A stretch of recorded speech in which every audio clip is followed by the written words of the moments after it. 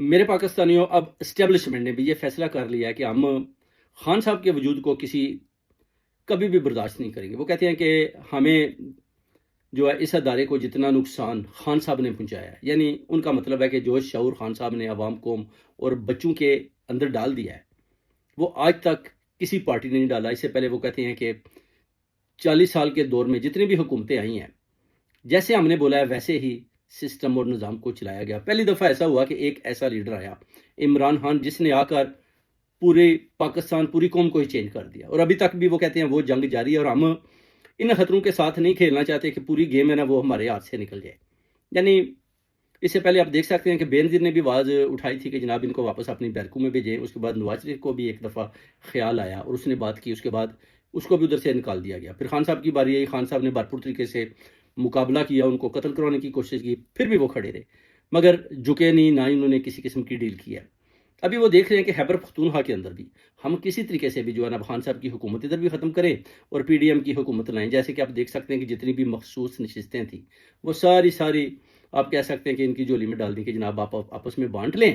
Supreme court کے ججوں کو جیسے اسٹیبلشمنٹ نے حکم دیا ویسے ہی انہوں نے کیا۔ انہوں نے بولا کہ ٹھیک ہے جی، اپنا جو چیف جسٹس امین صاحب ہیں، نہ تو وہ امین نکلے نہ صادق نکلے، تو اوپر سے ایک اور اپنا کہہ رہے تھے کہ میں اپنی والدہ کا جو اپنا فاتحہ چھوڑ کر بھی آیا ہوں، اور اس غلط فیصلے کو انہوں نے ترجیح دی، سپریم کورٹ میں بیٹھ کر، اتنے بڑے عہدے پر بیٹھ کر، اور ساری سیٹیں جو ہے نا پی ڈی ایم کی جولی میں ڈال دی۔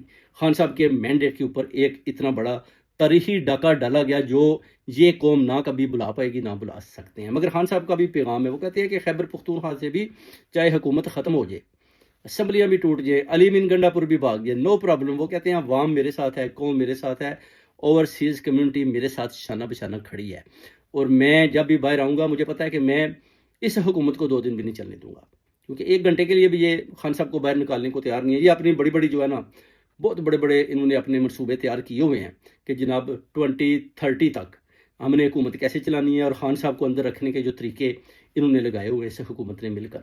اب دیکھنا ہے میرے پاکستانیوں کہ وہ کہتے ہیں نا، ایک تیری چاہت ہے، ایک میری چاہت ہے، ہوگا وہی جو اللہ تعالیٰ کی ذات کہتی ہے میری چاہت ہے، پھر وہ کہہ رہی ہے کہ میری بات ہی مان جو، کیونکہ میری چاہت ہی جو نہیں ہے۔ تو ان کو چاہیے کہ جو اللہ تعالیٰ کی لاٹھی بے آواز ہے وہ آواز سن پائے، کیونکہ خان صاحب نے نکل ہی آنا ہے۔ آپ کتنی دیر اندر رکھ پائیں گے، کتنی دیر؟ آخرکار خان صاحب کا مقابلہ آپ نہیں کر پائیں گے۔ آپ کو پتہ ہے کہ آپ کا دی اینڈ ہو چکا ہے۔ یہ حکومت 4 سے 6 ماہ چلنے کو تیار نہیں ہے۔ علی من گنڈا پور بھی آپ نے دیکھ لیں، جب خوف انسان کے اندر آ جاتا ہے تو پھر آپ کا ایمان بھی مضبوط نہیں رہتا۔